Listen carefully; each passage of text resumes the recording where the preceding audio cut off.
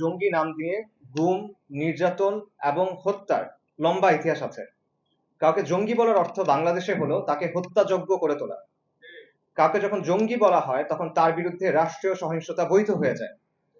আজকে এই যে মিথ্যা মামলায় আমাদের নাম জড়ানো হলো, কাল এই মামলার রেফারেন্সে আমাদেরকে গুম করা হবে না, বা কালকে এই মামলার রেফারেন্সে আমাদেরকে ক্রসফায়ার দেওয়া হবে না, তার গ্যারান্টিটা কি?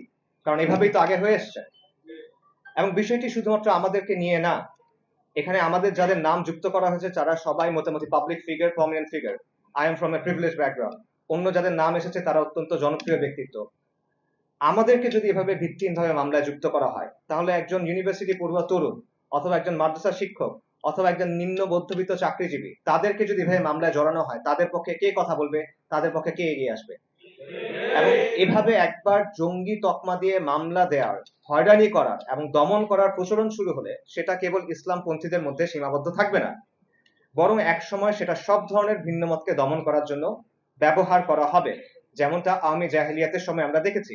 আমাদের নিশ্চয়ই মনে আছে 5ই আগস্ট লং মার্চের দিন রাষ্ট্রীয় প্রচারণা করা হচ্ছিল যে ছাত্র জনতার গণ অভ্যুত্থান আসলে একটা জঙ্গি হামলা। প্রত্যেকের মোবাইল ফোনে এসএমএস পাঠিয়ে বলা হচ্ছিল বাইরে জঙ্গি হামলা চলছে, আপনারা বাইরে বের হবেন না। এ থেকেই বোঝা যায় যে জঙ্গি দমনের অজুহাতে কিভাবে একসময় পুরো সমাজের বিরুদ্ধে দমনপীড়ন চালানো যায়। এবং রাষ্ট্র যখন কারো উপর সহিংসতা চালায়, কারো উপর জুলুম করে, আর সমাজ চুপ থাকে, তখন অন্যদেরকেও দমন করা সহজ হয়ে যায়। এবং বাংলাদেশে এই দমনপীড়নের শুরুটা হয়েছিল ইসলামপন্থীদের দিয়ে, এবং আবারও ইসলামপন্থীদের দিয়ে এই দমনপীড়ন শুরুর পায়তারা চলছে বলে আমরা আশঙ্কা করছি। এই কারণে এই হয়রানিমূলক মামলা শুধু এই মামলায় আমরা যারা অভিযুক্ত তাদের জন্য কনসার্নের বিষয় না, বরং এটা বাংলাদেশের সাধারণ ধর্মপ্রাণ মুসলিম এবং সব নাগরিকের স্বাধীনতার উপর হুমকি স্বরূপ। এই কারণে আমরা মনে করি সকলেরই এই বিষয়টি নিয়ে সোচ্চার হওয়া প্রয়োজন। এবং এই ধরনের অপপ্রচার নতুন না, এই গল্প পুরনো। আওয়ামী জাহিলিয়াতের সময় হাসিনার আজ্ঞাবহ বিভিন্ন বাহিনী এ ধরনের বানোয়াট অভিযোগে অসংখ্য নাগরিকের উপর জুলুম এবং অত্যাচার করেছে।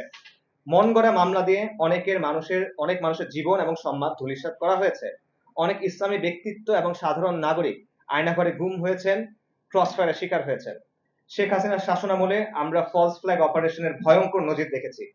দেখা গেছে দারিদ্র্যপীড়িত সাধারণ মানুষ, পথের রিক্সা চালক, দিনমজুর, শিক্ষার্থী কিংবা গার্মেন্টস কর্মীকেও সন্ত্রাস বিরোধী অভিযানের নামে গুম করা হয়েছে। কয়েক মাস পর মিডিয়ার সামনে আনা হয়েছে, টেবিলের উপর কিছু বই সাজিয়ে দেওয়া হয়েছে, কিছু মোবাইল ফোন সাজিয়ে দেওয়া হয়েছে, সিম কার্ড সাজিয়ে দেওয়া হয়েছে, তারপর বলা হয়েছে এই ব্যক্তি জঙ্গি, জঙ্গিবাদ বিরোধী অভিযানে তাকে ধরা হয়েছে। এবং কোনো প্রকার প্রশ্ন ছাড়া, কোনো প্রকার জবাবদিহি ছাড়া গণমাধ্যম সরকারি সেই বয়ান প্রচার করে গেছে এবং এই দমন পীড়নের বৈধতা উৎপাদনে কাজ করেছে।